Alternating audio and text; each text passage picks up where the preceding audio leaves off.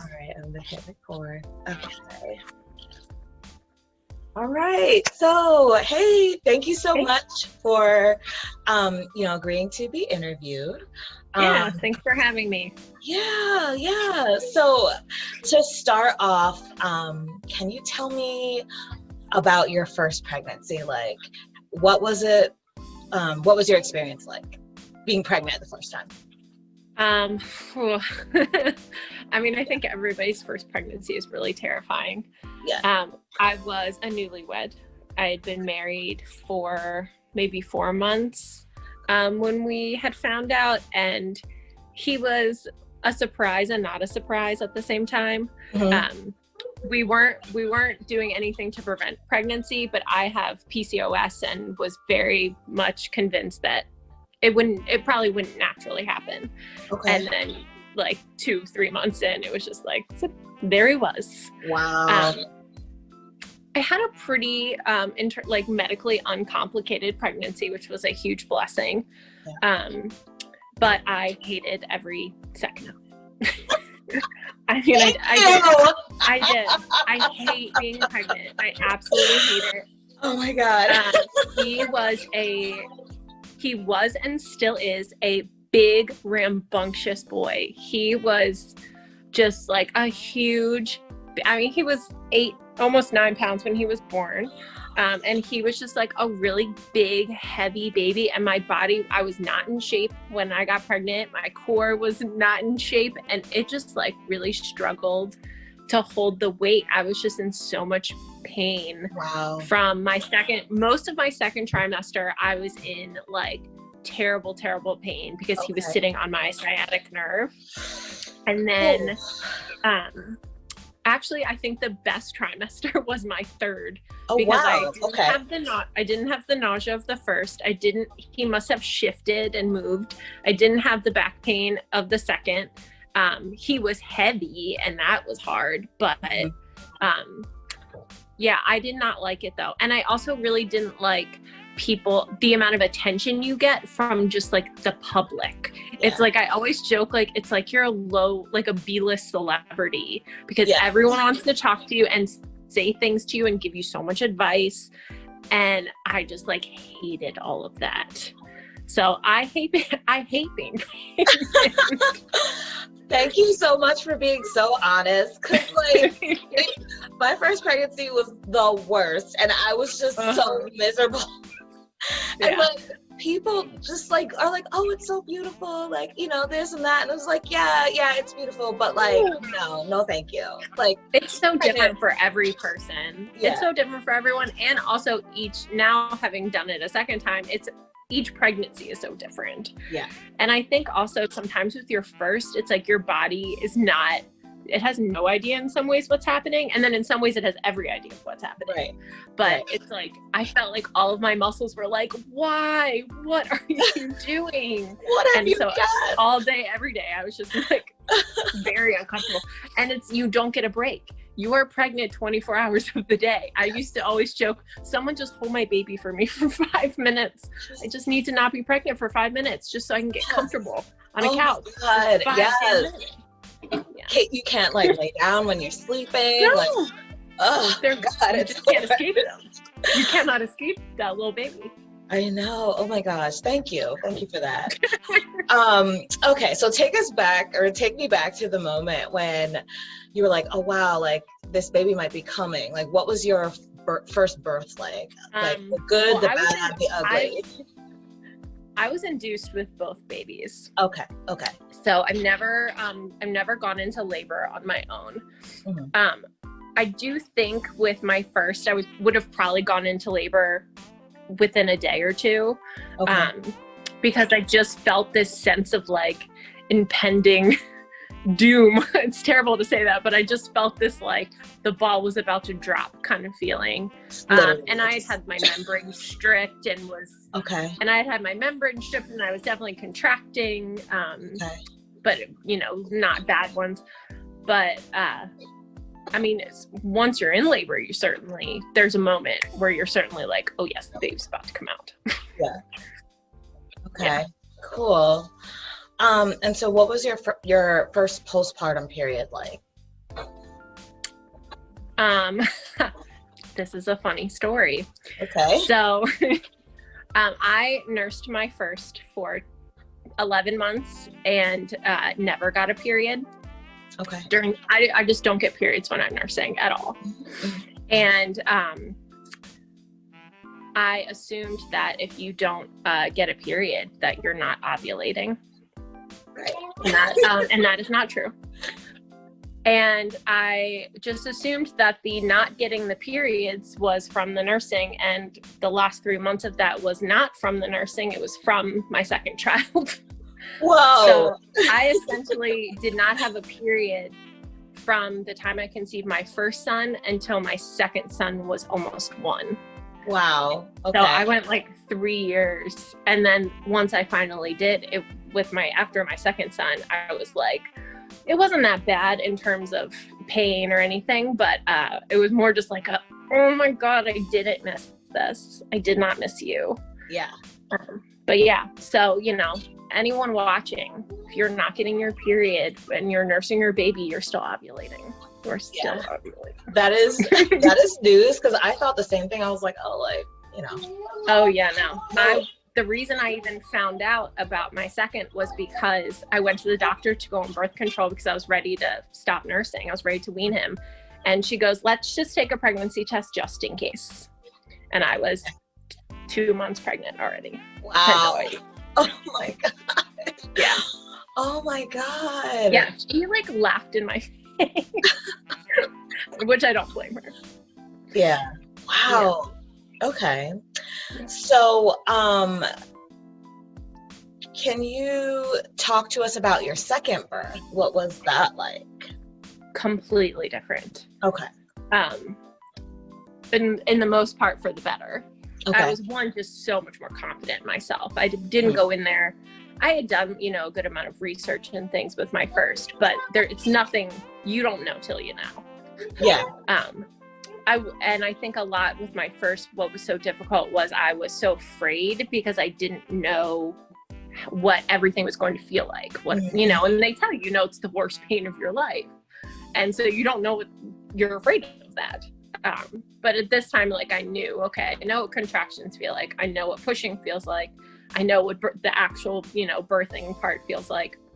So I was so much more confident in myself. Mm-hmm. I was induced again. This time I was induced a week early because he was looking very big, and he was almost 9 pounds. And the labor was great. I really I could have done that again. Not I would have wanted to, but it was okay. Yeah. I was induced early in the morning. I contracted without any pain medication or anything for maybe 4 or 5 hours, 5 or 6 hours, and was still pretty okay. I choose to get epidurals. And so my nurse came in and said, the anesthesiologist is about to go into a C-section. He'll be gone for 2 hours. Do you want to get it now, or do you think you can wait 2 hours? Mm-hmm. And I was kind of at that point of I don't want to wait 2 hours. I'm starting to really get uncomfortable. So I said, okay, let's do it. But I was still kind of okay. I could have gotten another hour. Okay. And I got my epidural. I laid in bed. I'm texting my brother and sisters saying how much I love drugs. And felt this very intense pressure. And I was I'm surprised I'm feeling all of this pressure. I just got my epidural, and I had just been checked. I was 4 centimeters. So okay. I'm this is crazy. I'm feeling all this pressure. I had Bo 10 minutes later. So I went from 4 to 10 in the span of 20 minutes. Oh my God. And then I pushed him out in 3 pushes. Wow. And there was no baby nurse in the room because everyone was running in. My main nurse had started to leave for lunch. Okay. And she was I'll see you when I'm done lunch because you're 4. Mm. And then he just I don't know what happened, but he just was ready to go. And it was a hard time pushing out my first baby. It took me an hour and a half, and I had an episiotomy and tore really bad, and it was terrible. Okay. And then this one was just a piece of cake. Came right out in 3 pushes, and I had, very minimal damage. Mm-hmm. And it was I was really good. Okay. Okay. Yeah. So That's awesome. And I'm really relieved because I'm actually pregnant right now. shut up. Yeah. Oh my God, congratulations. It's so Thank much better you. the second time. It Everything. The is. pregnancy was better. My birth was better. Everything was better. Yeah, it's so much better. And I was like, 'cause Good. when I found out, I was just like, oh no. Yeah. Like, what am That's I what I gonna thought do? too. But this has been like aside from like morning sickness, like this has been just like the easiest, like kind of walk in the park. I was just like, oh, okay, like this must I be thought what the they're talking same about. thing.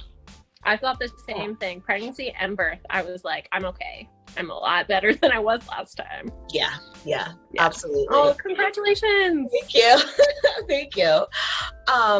So this isn't like all my questions or anything, but I actually was wondering if you would be comfortable talking a little bit about like your experience with PCOS. Mm-hmm. Okay. Yeah. Just because like I actually just found out about it like maybe a few months ago, but I know it's something that a lot of people like really struggle with. And so I was just wondering if you could speak to that a little. I'd say maybe like 23 or 24. I was, I had been out of college for a little while. I'd just gone through the world's most horrific breakup. And I think all of that sort of triggered something in my body. Okay. And immediately I stopped getting periods. My skin broke out like horribly. I got very depressed. And I think that was a mix of the hormonal imbalances plus like the traumatic life events. And I let it kind of just do its thing for a year before I ended up getting any help for it. Ended up seeing a new OBGYN who ended up delivering my babies much later. And then she did like a lot of blood work and an ultrasound. And my ovaries didn't look quite normal. They didn't look terrible, but not quite normal. My hormone levels were crazy off. I had like very high testosterone. Which explained the breaking out, explained like facial hair that I was dealing with. It explained why I wasn't really getting periods.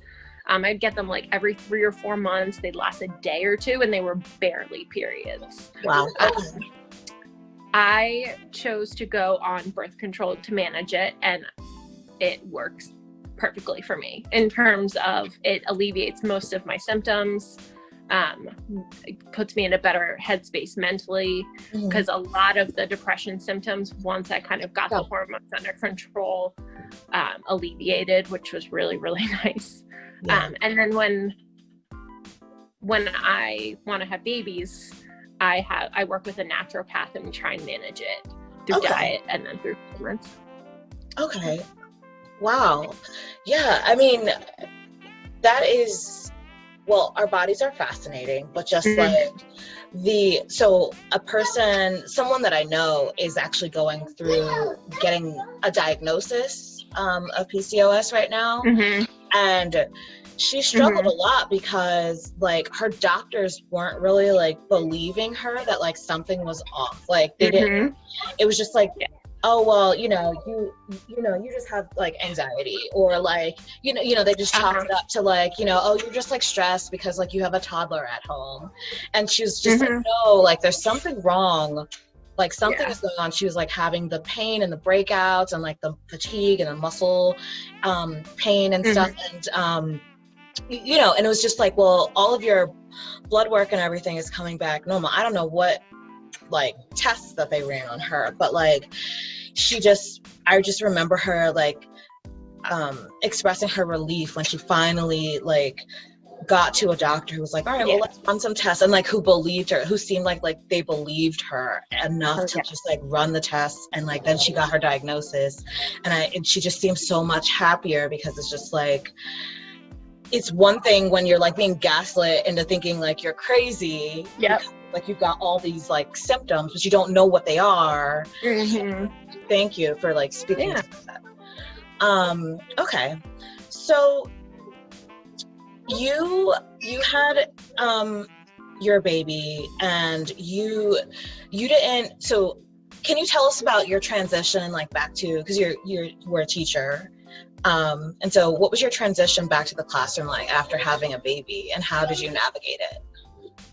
Let's see. So I went back to work till Jack was 6 months old. So I only really was a working mom for 4 months, maybe.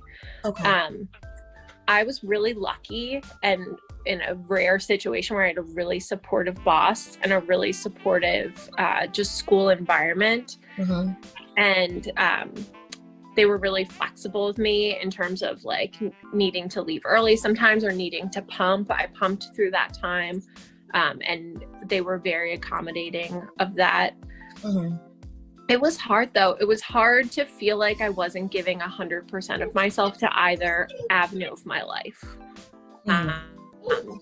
I think that probably a lot of new moms feel this, and then over time they find their groove, and I just didn't really have enough time to find that. Mm-hmm. But it was hard to feel like I was not doing all the things I wanted to do at work, because the second my school day was over, I wanted to race home and get to my baby because I missed him so much, and I needed to nurse him. Mm-hmm. So it was really hard. I was probably in one of the best circumstances you could be in, but it was still really, really hard to miss him. Now, sometimes I kind of wish I was at work because they drive me crazy. But yeah, it was hard. Yeah. Do you ever feel, so like one of the things that I run into often, like being a stay-at-home mom, is that like sometimes I feel bad, like guilty, like did I make the right decision? Did I make the right choice? Like, because I still have obviously like more to give the world, you know, and like I have like, you know, I went to school, I've got like this advanced degree, and I'm just like sitting home, and you know, and I just like would go through these cycles of like shame and just like feeling really, really bad, and like, you know, so like, did you go through anything like that, and how did you know? Oh yeah, I feel like I still sometimes wonder if this was the right choice, because I don't love it. I don't love being home with them all day. I do feel very strongly that it is the right thing for us. Okay. But I don't love it a lot of the time. Yeah. And there's definitely that feeling of like, there's a part of my brain that is just sort of dormant. I have all this knowledge and all this ability, and it's just sort of sitting there while I'm making peanut butter and jelly and playing Legos and playing blocks and wrestling with them. And I'm just like, this is my day. And it's so repetitive every day. And it's, you know, it's like being a stay-at-home mom is the long game. You're planting seeds that you're not going to see grow for 10, 15, 20, 40 years. And it's hard to not have those senses of accomplishment and those smaller goals sometimes. Yeah, it's really hard. And I still go through moments where I feel really conflicted of whether or not it was the right thing, but I just keep doing it. Yeah. Okay. So did you breastfeed your second son? I did. I breastfed both of them until they were around 10 or 11 months. Then they sort of pretty naturally weaned. Okay.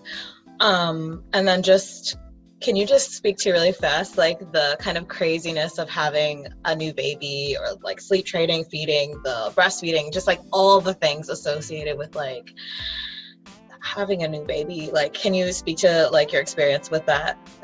Yeah. I definitely am someone who likes the newborn phase. Okay. I hate being postpartum. I hate the postpartum pain and all of that in myself, but I like those new little babies. I like being able to like watch my TV show and like hold my little baby. Yeah. That doesn't do a lot. I do. Some people really hate newborn babies, but I love them. Okay. The toddlers, I'm trying to learn to love. The toddler stage is hard. But I was very lucky in that I had two really hungry, great nursers. Okay. So we had with both of them, very similar, very easy nursing experiences. Okay. And I had complications. I got mastitis. I got a lot of clogged ducts with my first baby, probably 10. Wow. Okay. And that was really, really hard. I think a lot of that in my own brain is associated with him being born in the winter. And I just like, my chest was very cold all of the time. Mm-hmm. I'm convinced that if you keep and there are some cultures that believe this too, that if you keep your body warm, like your milk will flow. Yeah. But yeah, they were both very great nursers. And then you still go through like those few weeks where it's really painful. But I really got lucky in that. My second baby was much more difficult in terms of like just who he was as a baby. He was always a great nurser, but he was not a good sleeper and still is not. So that was really hard. And then I also had, I had a great time with the first baby. The first baby really was like a breeze, and he really convinced me that having babies was easy. Yeah. And then Bo came. And Bo was like a very different person. Yeah. And he didn't want to sleep. He only wanted to be held by me. He was not easygoing. He was really fussy. Mm-hmm. But and also then on top of that, I had a 17-month-old who, and the biggest thing for me with that was like safety. Like I did not want my toddler to like critically hurt my baby. Yes. Because he like couldn't talk. He couldn't talk. I have late talkers. He couldn't talk at all yet. He was and still is a very rough and tumble, very masculine energy kind of guy. Uh-huh. He's just like a real alpha male. So I was like, he's going to want to wrestle with the baby and my baby's going to get hurt. So it was hard. So that kind of stuff was hard, but I mean, I typically like the newborn time. Okay. I like them when they don't have a lot of opinions. They just sort of want to snuggle a lot. Yeah. Okay. Yeah, it's nice. I'm one of those people that like, I struggle a lot with like the little babies. Like I was like the first 2 weeks I was just like, oh my God, like I'm gonna break him. Like I don't know. Like I don't know what to do. They're so fragile. Yes, they're so tiny. But yeah. Okay, so tell me about CrayGardens. How did you come up with the idea, and how did it like transform into this like amazing like company? Crazy thing. So I'm sure you can relate, when the quarantine started, being home all day with little people is very hard. And we were a very active little trio, me and my two boys. We would go to the aquarium and the zoo, and we would go everywhere. And that was kind of how I got through my day. Yeah. Taking them places. And I liked it and they liked it, and it tired them out, and it was great. And that was we were really getting into a routine. And then Maryland really shut down for a while, and they closed our park off, and rightfully so, but it was still really, really hard to be home with them all day and like create structure at home. I'm not great about creating like a structured day in our house. That's like a big reason why we would go and do things, because that sort of kind of built that structure in for us. I don't really like, this is terrible to say, but I don't really like playing with them. I find it like really boring and like really not fun. So I don't want to sit and play with them. I want them to play by themselves. Yeah. And like, I'll do stuff. I'd like to do stuff with them, go places with them, teach them things.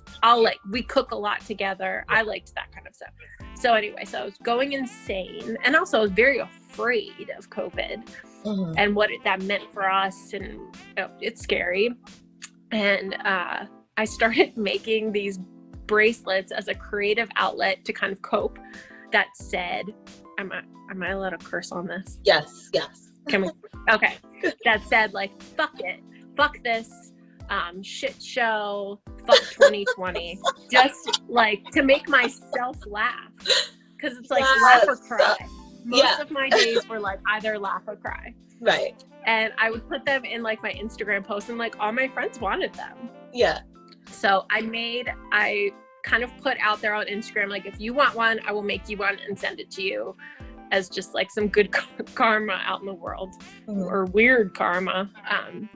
And my husband, being the like finance guy, he was like, you can monetize this. You can make this into a business. There's clearly demand. After like a few weeks of convincing me to do it, we drank a bottle of wine one night and made the CrayGardens Etsy shop.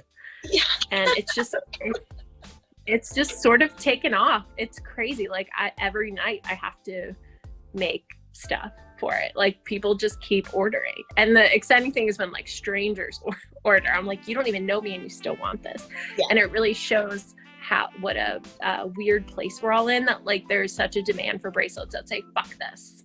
Yeah. Oh my God. Well, like when you first started like posting the stuff on Facebook, I was like, what is that? That is amazing. Like, wait. And then I was like, wait, does she make that? And I was just like, I would just like stalk your like page like every day, like, oh my God, like this is amazing. And like, then like I actually like was on there, like I have like a bunch of your bracelets like on my Christmas list. So I was like, I want this one, like, cause it's just at a certain, I think the one that like stood out, you had, it was like, this is bullshit or something. And I was like, yes, yes it is. Like, thank you. Well, a big thing with, even before COVID started, a big sort of philosophy of my life is I don't say things are great and fun if they're not. And that particularly with motherhood. Yeah. Like I am very open about that. I hated being pregnant and, different aspects of motherhood that I don't like. I don't like the toxic positivity. Everything is so great. Everything is so wonderful. I'm so happy all the time. Yeah. And then it's sort of, I think, kind of manifested itself into CrayGardens because there were so many people who were like, my self-care routine during COVID, my quarantine. So I'm losing weight during COVID. I'm learning to do these things. And you see all these people who, especially who don't have children, who are like finding all these fun ways to survive quarantine. And I'm like white knuckling it every day with these little people. And so I think it was sort of this great way to like express for me, like how much my frustrations, and that in turn sort of made me happier by being able to be like radically honest about how I felt about things. And then it just sort of continued to snowball. Yeah, that's so awesome. And it's been super fun. Yeah. It's been really fun. You're just like putting this joy out into the world and like making these beautiful bracelets and like, and like all these beautiful like jewelry and like, I don't know. I love it. Thank you.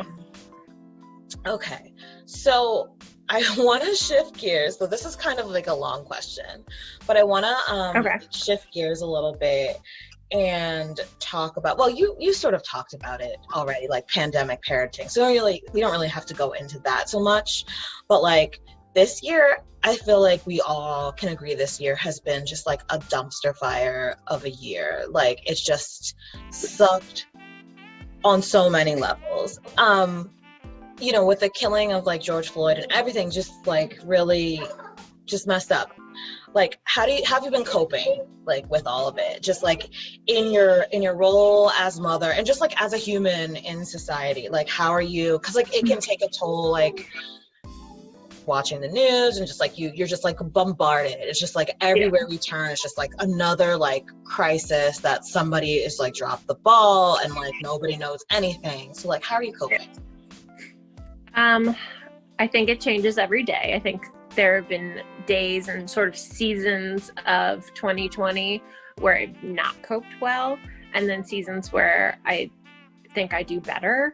I would never say I'm doing great. I mean, I don't think there's a day that's gone by that I'm like, this was a great day. Like, this is great. And I feel like life is normal.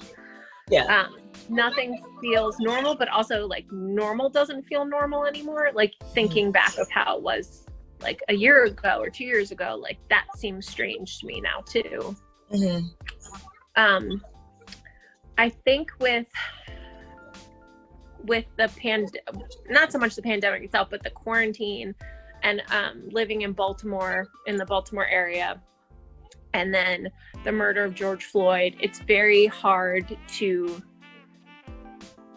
feel the weight of the disparities, especially in Baltimore, between white people and Black people. Very hard to think about, okay, how does this inform me as a parent? Thinking about how do I deal with this when my children are so small? And then also like as they get older, it really, there was a big call to action for white people to step it up and stop being so like blinders on. And then also like fighting your own urge just to consume information and then do nothing about it. I think it's really easy to sit in I'm going to follow all of these people, read all of these blogs, read this book, I'm going to read this. But then there's like no next step. So for me, it was a lot of pushing myself to do those next steps, pushing myself to have like awkward conversations with my husband about like, okay, how are we going to talk about these types of things with our children? We're raising 2 white boys, so we have a big responsibility there.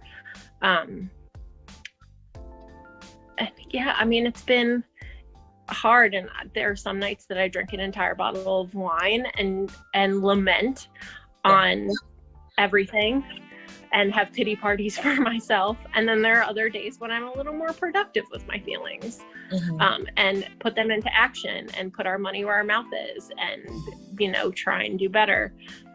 But yeah, every day's different and usually pretty unpleasant. Okay. Yeah. When you think about those things. Yeah, sure. And so like, what does self-care look like for you as a mom? For me, it's getting alone time that has no purpose. Yes. So it's not alone time to get everything organized, alone time to clean the kitchen or make dinner. I sort of demand those as like a given.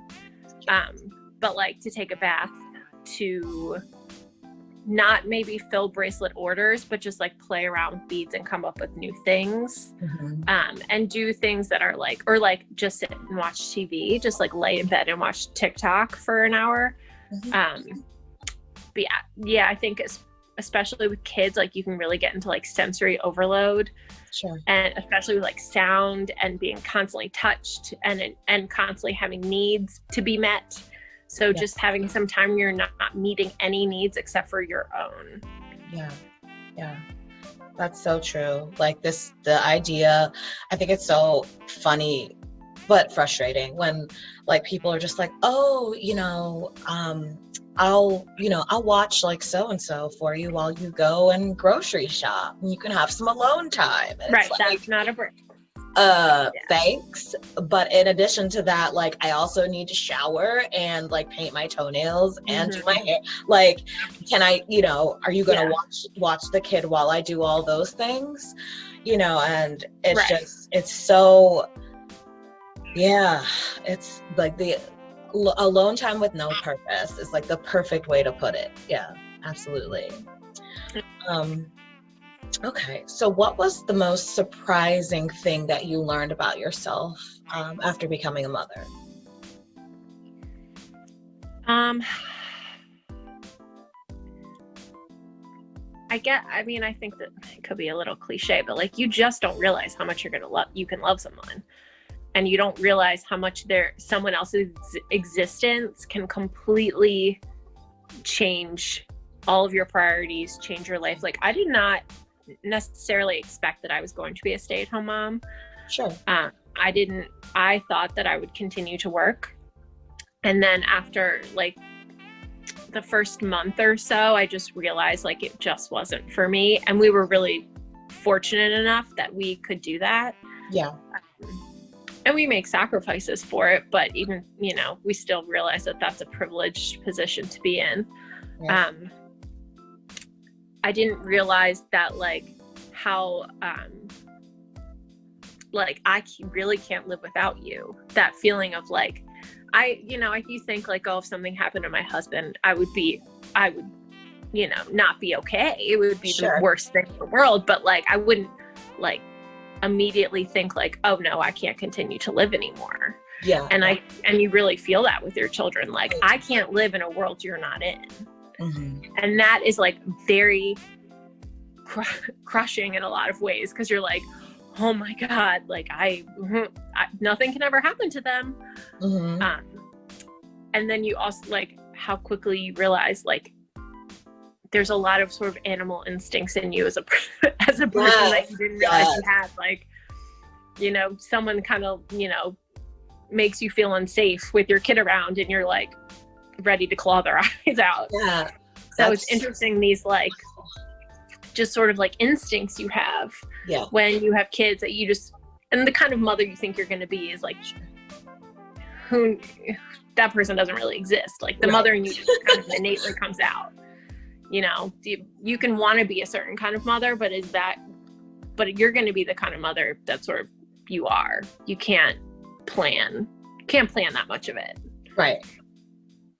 Wow. Yeah, that's so true. Like it's almost like one of the most overwhelming feelings that I've ever like had in my life. Like, it's like, it takes my breath away when I think about it. Like when like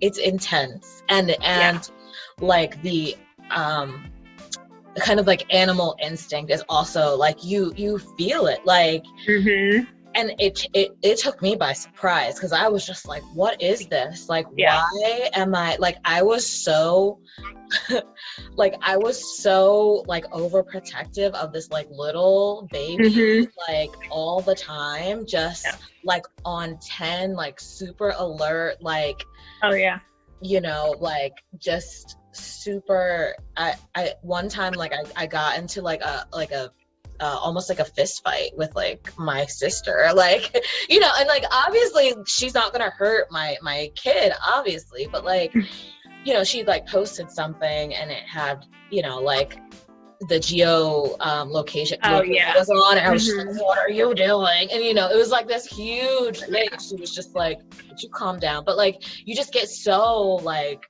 protective. And you feel it from like just deep in your soul. You're just like, it feels like such an instinctual like animal thing of just like, I can't control it, but this is what's happening. I am mama bear and like this is my cub. And I will kill you. And it's not anything you know until it happens to you, and then you're like, whoa. Hey, this is who I am now. Oh my gosh, that's so funny. So then if you had to sum up motherhood in a movie title, and it could be one that exists or one that you make up, what would the title of your movie be? Oh my gosh. Probably like Money Pit. You know, I just think of like Tom Hanks in that house trying to fix it up and just like it's crumbling at the same time, you know. It's chaos, but you really love it. You know? Okay. Mine is always like, I always go back to the Will Ferrell movie Kicking and Screaming. Like I feel like I like went into motherhood kicking and screaming, like, and then like my kid, my child is always like kicking and screaming, like not always in like a bad way, but just like, you know, it's just like everything is just like, you know, it's always like some level of chaos. Yes. Okay.